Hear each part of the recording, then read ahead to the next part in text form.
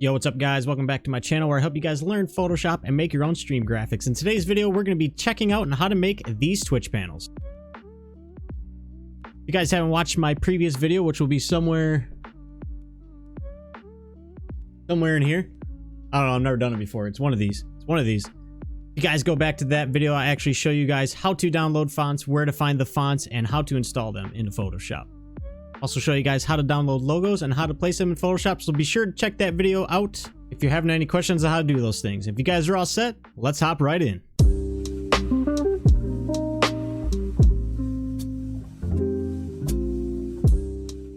Alright guys, we're going to go ahead and click create a new, and for this canvas we want the width to be at 640, the height to be at 150, and then the background contents we want to be black, and then go ahead and hit create. Now that our canvas is created, we want to unlock the first layer, so go ahead and hit the lock button. Now that it says layer 0, go ahead and double click, and we're going to open up the gradient style on this. Once layer style is open, go ahead and click on gradient overlay. Okay, and then for the gradient overlay, we want the blend mode to be at normal. The opacity is going to be at 100%. And then for the gradient colors, we're going to use the same colors that we did in the previous video for the offline screen. And these will be in the description below, but we've got 1212C0 for the light blue. And then for the dark blue, we have 0606 for B.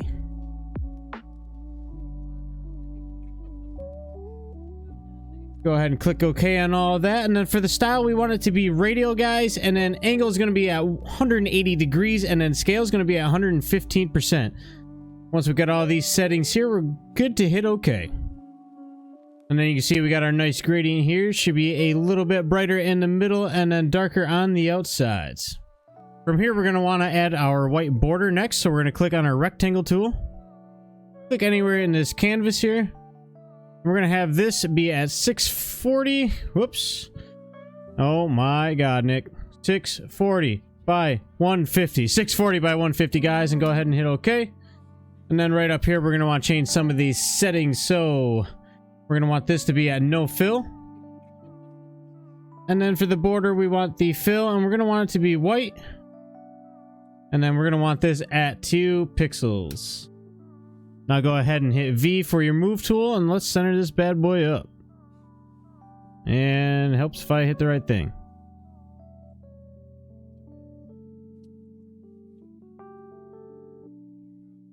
Alright, now that we got this centered and we have a white border around, we're going to want to join these layers together. So go ahead and hold shift.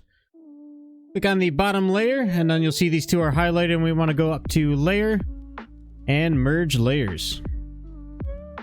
And then right away, we want to rename this to background. All right, so the next thing we're going to want to do here is we're going to want to add in some text. We're going to do a little bit of an offset background for our username. So go ahead and hit your text tool. And then click anywhere in the canvas. And then we're going to change a couple settings over here. For this font, we're going to have at 44. We're going to have the spacing at 0. And then the color for this, we're actually going to be using 001 EFF. And then go ahead and hit OK. And then make sure the font that you're using is selected. In today's video, we're going to be using Badaboom BB. And I will leave a link for this in the description. Alright, and then for the sake of this video, I'm going to type in username. Obviously, use what your username is. And then go ahead and hit the check mark when you're all set, and then hit V for your move tool, and we're going to center this guy.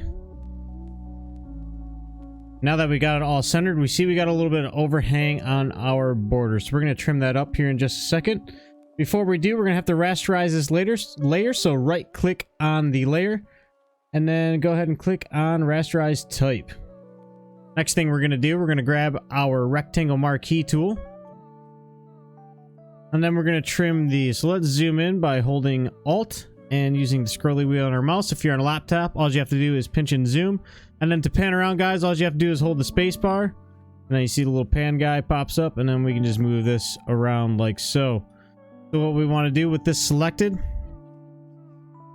just kind of click and then drag. You'll see this little dashed line pop up, and we can just put it like right here for now. And then we're going to want to drag this. So you just click in it and you can move this anywhere you want. And then to make it a little more precise, you can use the arrows on your keyboard. And we're going to want it to match up with the border right there. And then with the layer selected, go ahead and hit delete. And now you can see that it cleaned that up right there and that border is visible. Now we want to do it on the other side. So go ahead and hold space and pan over. And then let's go ahead and make that rectangle again. Drag it over. We're going to go ahead and pinpoint it with our arrows here. And then make sure the layer is selected. And then go ahead and hit delete again. And now let's go ahead and zoom out.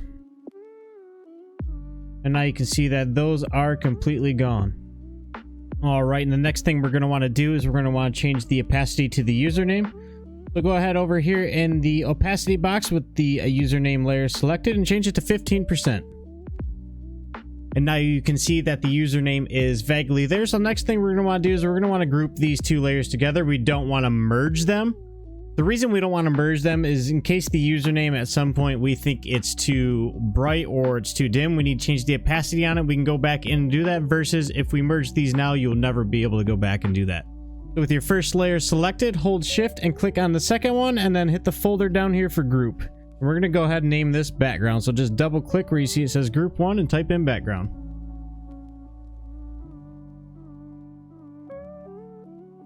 The next thing we want to do is we want to start adding in some text and logos. For this first banner, we are going to make Twitter. All right, so now we're going to want to add in some text to this. We're going to do our Twitter panel first. So go ahead and click in within the canvas with your text tool. And then for this, we're going to keep this at bada boom again. The size is going to be at 30, and then our spacing is going to be 50. And then we want to change this color to white. Now we can type in Twitter. Click on your check mark and then V for your move tool. Let's just kind of pull this out right here. Next thing we're going to do, we're going to add a little bit of text right up top here. So grab your text tool again. Click above Twitter. And if you click too close to Twitter, it's actually going to bring you back in and edit this text. If it's doing that, just click a little bit higher up. And then for this text, we're actually going to use Big Noodle titling again. Same one that we used in the last video. And the size for this is going to be 6. And we're going to put the spacing at 200 for this one. And then we're going to type in follow me for updates. And then go ahead and hit your check mark. And then let's just zoom in a tad. Hit V for our move tool, and let's pull this guy down. And then you can see it will center it right on there for us. And then I just want to lift this up a tad. Like right there looks pretty good. And then go ahead and zoom out. And then we're actually going to want to add a drop shadow to Twitter just to give it a little bit of depth.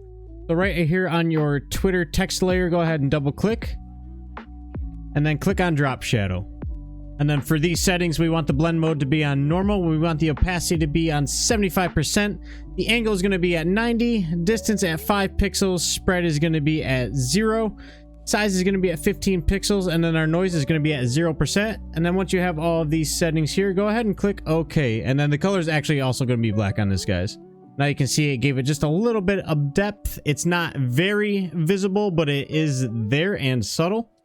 Now we're going to go ahead and merge these two texts together. So go ahead and click on the Twitter one or whatever one is highlighted for you. Hold shift and then click on the follow me for updates. And then go ahead and go up to layer, merge layers. Now you can see that these are together. And now we can move these anywhere around and we don't have to worry about these getting screwed up or off center.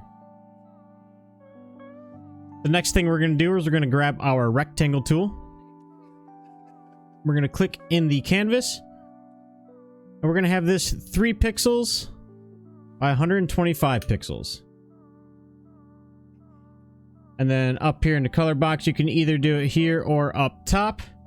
Go ahead and click on it. And we're going to want to change this to white. And then hit V for your move tool. And then we're just going to move this up in here for now. And we'll center everything, get it where we want after we get our Twitter logo in. So to get our Twitter logo in, all we have to do is hit File, Place Embedded. And then right here, I have my logo saved. And then all the logos I am using in today's video, I will have linked in the description below. All you have to do is just click on that link and download the image. Let's go ahead and find our Twitter logo and then hit Place. And then this one actually comes out a pretty decent size, and I'm actually going to leave it how it is. And then you can obviously scale this any way you want it to be for whatever you feel looks good to you. But for this, I'm actually going to keep just like that. So go ahead and hit the check mark. And then right away, we're going to want to do a color overlay on this. So double click on the layer. Click on color overlay, and then we're going to make this overlay white. Mine is already set to white. And then the next thing I want to do is hit drop shadow. We're going to add drop shadow to this just like we did to the text. And then we're going to keep this blend mode the same as we did before. Sorry, not blend mode. The drop shadow settings the same as we did before. So the blend mode is going to be at normal. The opacity again will be at 75%. The angle will be at 90. The distance will be at 5. The size will be at 15. And noise will be at 0. Boy, I'm weird. And then go ahead and hit OK. Now you can see we have a little bit of depth to our Twitter logo. Now that we have everything here, let's start centering it all up. So let's zoom in just a tad, and then let's get this centered. We're going to put that right there. I want to move this bar a little bit over and keep it centered. And then let's move this in. A personal preference wherever you want this. I think right there actually looks pretty good. And then we're going to highlight all of these layers. So click on your top layer there and then the bottom one before background. Going to highlight all 3 of those. And now we can move these around to get this centered. And right there looks pretty good. Now that we zoom out, we can look at this. And I think that looks pretty good just like that. And now we're going to want to do the same thing for all of them. But before we do that, we're actually going to want to group these together just so we don't have 1,000 layers going on. So go ahead and click on your folder one more time and then name this Twitter. All right, now once we got this group, now we can go ahead on our Twitter layer and we can just hide this. Now you can see we kind of have a blank canvas to work with. And now we're going to start inputting our other logos and new text for each thing that we are making a panel for. So let's go ahead and do that now. And at the end of this video, I'll show you what all of the panels look like so you can mirror them if you need to. Or if you just want to use them as a reference point. The panels I'm going to be making for this video are About Me, Discord, Instagram, Twitter, YouTube, Tips, Channel Rules, and Channel Schedule. Alright guys, now that we have all of our layers done for our panels, your screen should look a little bit like this. So you'll have a group for each single social media, rules, tips, schedules, and About Me. Now you can see we can just literally click right in this box. We can look at our schedule, unclick it to hide it, and then we can do that for each individual one.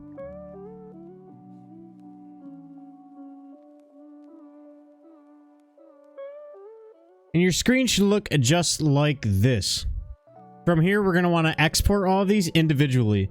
So highlight your first one. And for me, that one is my schedule. Your order might be a little different here, depending on what order you did these in. And then we're going to go to File, Export, and then Quick Export as PNG. Now I suggest finding a space to save these two. I'm actually going to make a new folder. And let's name this Twitch Panels. And I'm going to put YouTube for mine. And then double click on that. And then you'll see it's right here. And then let's name this one Schedule. And then I'm just putting a YT because I have all these names in my computer already.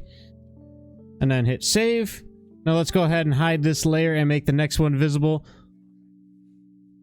And we're going to want to export, quick export as PNG, and do the same thing for each one and then name them what they are.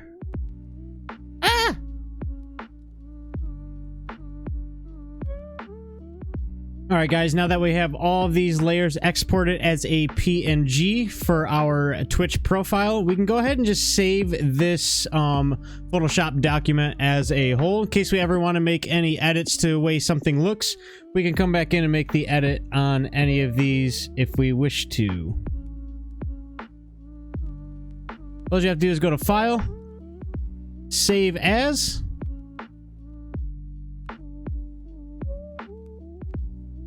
And then under desktop, I'm gonna find my Twitch panels right here. And we're gonna save the file right in there. Twitch panel. And hit OK, and then you're good to close out of Photoshop. Alright, now that we have this saved to a folder, if you click on that folder, you will see all of our exported PNGs right here. And then this one right here is actually our Photoshop document. All you have to do is double click that, open up Photoshop, and take you right back to the screen you were in before you closed it out with all of your layers if you needed to go back and make any changes. That's all I have for the video today, guys. I hope you enjoyed it. I hope this video was helpful. If you enjoyed the video, give it a thumbs up. If you did not, give it a thumbs down. Subscribe to the channel, hit the bell for notifications, do whatever the heck you guys want, and I will catch you guys in the next one. And don't forget to hang around. I will be showing a preview of what all the panels look like if you want to use it as a reference point. See you later, my dudes.